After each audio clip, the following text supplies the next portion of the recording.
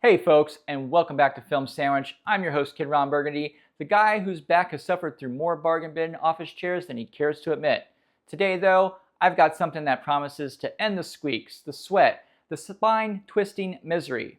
The Eureka Ergonomic Vera office chair. Yeah, the name sounds like a fancy gemstone or maybe a Bond villain, but trust me, it's all about comfort and function. Let's dive in. All right, I got the box right here for the Onyx Vera office chair. Let's crack this bad boy open and see what's inside. We got an instruction manual right here. All right, we've got a package of screws and washers right there. This looks like it's one of the arms. This looks like it's one of the other arms here. Bag has the gas lift and caster wheels. Here is the star base. Right, just a little underside piece so you can do all of your seat adjustments. Here is the seat back right here. Here is the seat cushion for the seat part. I'm down here on the floor now. I have all my parts laid out to put the chair together, and I have my instructions right here. It is only a 5-step process, and they do give you a little Allen key here to put all these bolts in. So let's get started. Step number 1 is to put the arms on the back of the seat. So we're going to do that now. Apparently, my cat's gonna help out today. Aren't you, Henna? You gotta do some TSA. She's always gotta check all the bags and everything. And when they enter the house, any package has to be checked.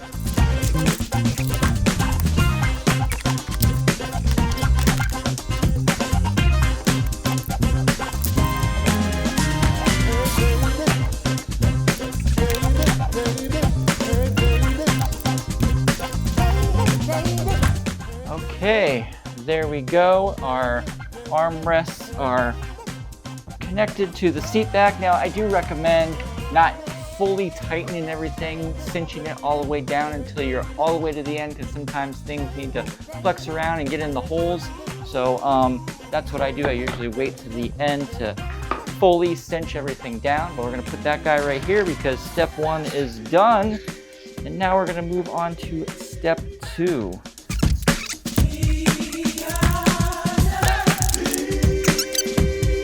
Okay, it looks like our next step is step 2, and we're going to bolt this with those underneath there to the bottom of this. So let me figure out the best way to do that.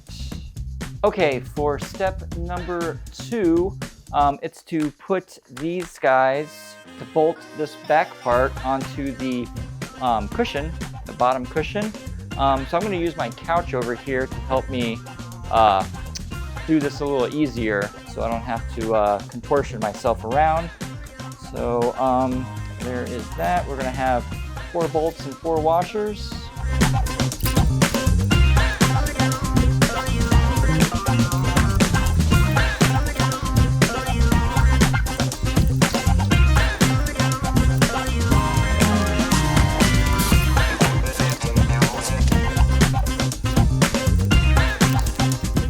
All right, that is all put together there. We have almost a full chair.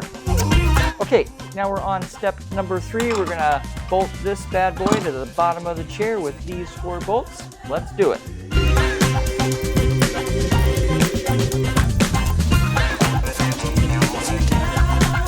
All right, step 3 complete. On to step 4, where we're going to put the gas lift and the caster wheels into this star-shaped base. Let's do that now. Caster wheels first. The caster wheels just push right in, no tools necessary for that. All right, there is the star base with your caster wheels there. And the same with the gas lift, it just sets right in there. No screws or tools required there. All right, it's on to the very last step, step 5, and that is to just put the actual chair onto the star base and the gas lift. There's a little hole right here that the gas lift is going to go inside. So I find if you put them like kind of on the side, you put the gas lift in the hole and then you come over like that, it's a little easier to adjust. All right, and there you have it. You have your Eureka Ergonomics Onyx Vera office chair all put together. All right, I'm going to show you some of the functionality here of the chair. Here is the armrest. Now these armrests do move like that, back and forth, and you hear that clicking in there. That actually holds it in there to place. Now I've got a lot of other chairs that I've reviewed, and they're kind of loose. They don't like sit in place like that. So I kind of like that, because the other ones that I've used before, they kind of move around when you touch them too much. And then when you're trying to get up and stuff, it makes it kind of difficult. So I kind of like that little clicking sound in there. And it's the same for the other side. The other side does all that too.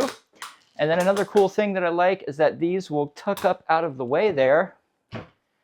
That way you can get out on the side or move to the side, or if you needed to, you know, put it under a desk, those will go right up just like that. Okay, right here in the bottom side, there's a little lever right there. And just like most office chairs, you can pull it out like that, and then you can lean back. So this is as far back as you can lean right here.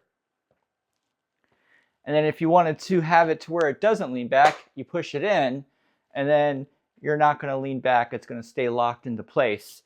Another thing that thing does, that little lever does, is if you come up like this and you pull it up, it'll raise the chair's height. So that way, if you need to be a little taller, you can raise it up that way. And then if you want to bring it down, you just press it again and the chair comes right down like that.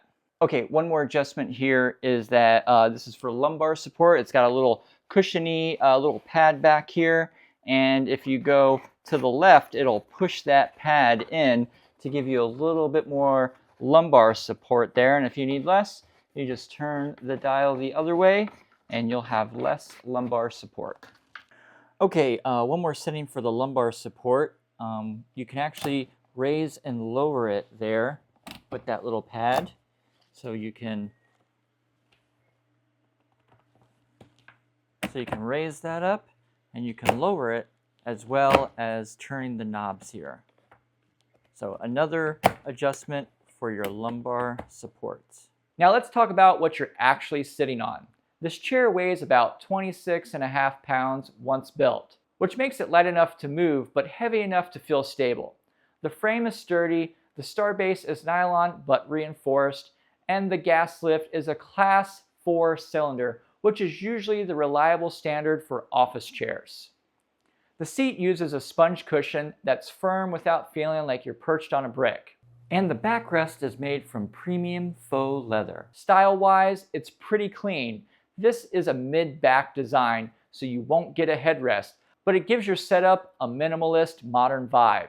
And because it doesn't have the flashy gamer throne aesthetic, it blends into the studio, home office, or even a living room without looking out of place. The Onyx Vera doesn't overcomplicate things, but it has the core adjustments you need. The seat height ranges from about 18.5 inches at its lowest to just over 21 inches at the top. The whole chair adjusts an overall height from 39 to 43 inches. It sports up to 275 pounds, so it's plenty strong for most folks. The flip-up armrests rotate upward 90 degrees, which is surprisingly useful if you want to tuck the chair all the way under a desk, or if you need to slide in sideways with gear around you. The lumbar support is adjustable both in height and firmness. There's a little dial that lets you increase or loosen the pressure in your lower back. You also get a tilt function with about 15 degrees of rocking, which is just enough for brainstorming sessions or watching clips. What I really like about this chair is the combination of features that feel tailored for real-world use. The flip-up arms are a lifesaver in tight spaces and make it easier to get your chair where you need it without banging everything. The adjustable lumbar support is a legit back saver. you can actually dial it in so your lower spine doesn't feel like it's doing construction work by the end of the day. The faux leather back is the unsung hero on long edit session days. If I had to pick the coolest single feature though, it's the blend of lumbar support and arm flexibility.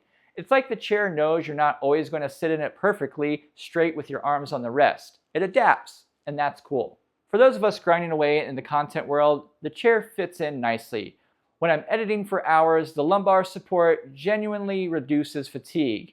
The flip-up arms mean I can scoot in close to my desk when I'm working on audio boards or shove them out of the way when I'm on camera. Speaking of which, the style works fine in frame. It's professional without being distracting. It's also light and mobile enough that I can spin around between my PC and camera setup without it feeling clunky. Basically, it does its job and doesn't get in the way of the creative process, which is exactly what you want from a chair. All right, time for some pros and cons. Here are the pros. It's a great value for the features you get. Flip-up arms are extremely practical. Adjustable lumbar support actually works. The faux leather back keeps you comfortable on long edit days. Smooth, squeak-free mechanism. It's clean, minimalist design that looks good on or off camera. Tilt and rocking function adds comfort during long sessions. All right, here are some cons. There's no headrest since it's a mid-back design. Some components are plastic instead of metal. Cushion is firm but not plush, so comfort depends on preference. Assembly has a couple of tricky screw placements. So my final word, it's not going to compete with high-end ergonomic thrones, but for the price, it absolutely holds its own. It's a strong option if you want something that looks professional, keeps you comfortable, and fits into a content creator setup without draining your wallet. My back feels better, my studio looks cleaner, and I don't sound like a haunted rocking chair every time I shift around. That, my friends, is progress. That's it for today's review on Film Sandwich. I'm KidRon Burgandy. Hit that like button, smash subscribe, and remember, your creativity deserves a comfy seat. Until next time, stay comfortable, stay creative, and stay classy, YouTube.